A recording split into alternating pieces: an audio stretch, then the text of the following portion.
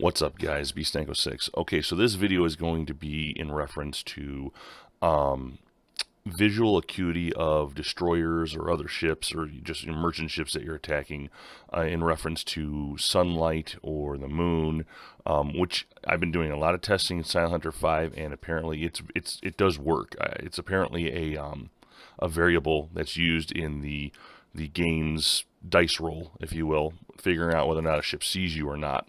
So the first thing I'm going to talk about is about nighttime, right? So, here's the moon. I'm going to do a moon right here. Oops. I'm not doing a moon right now. Excuse me. All right. Here's the moon. It's behind you, okay?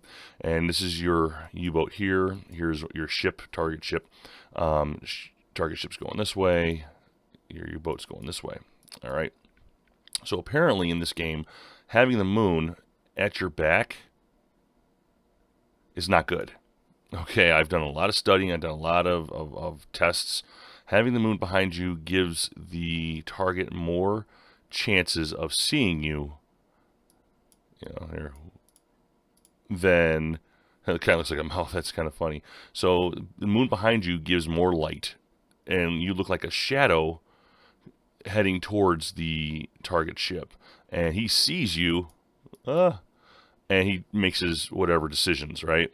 Whether to ram you or run away or what have you. If it's a capital ship or whatever, it's bad. So you want the moon to be behind them, okay?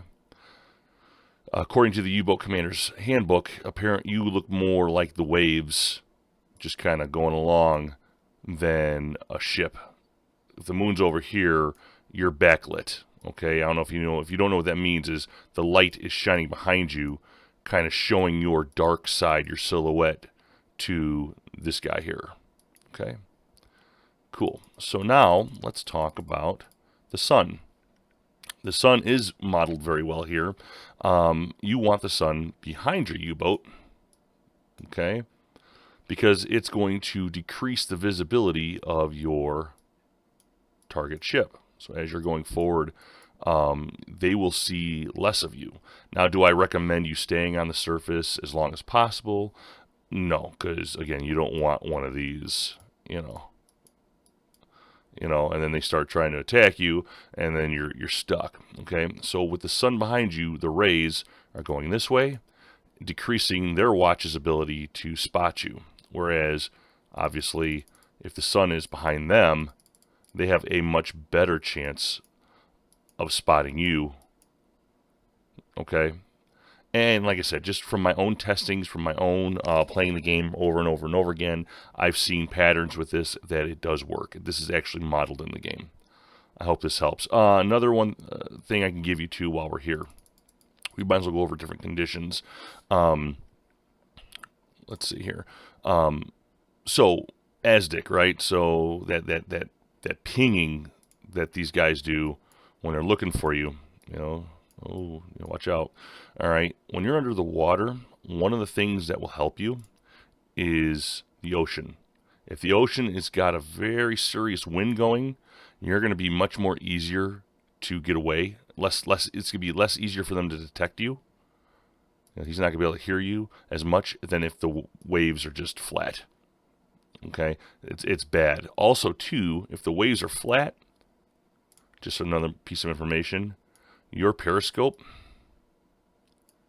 is much easier to detect. Okay, I've noticed this on many occasions. I do use Wolfram's radio. I do the radio, and in the radio options, the radio message options, there's a little arrow, and if you click on that arrow, there's an option for meters, it's like 2,000, 3,000, 4,000 meters. That means that within that certain amount of distance from their boat, they can see your periscope or your submarine. And I've noticed that in flat oceans, they will see your submarine way easier than if it's in these crazy oceans with 60 meters per second winds. Okay, I hope this helps, guys.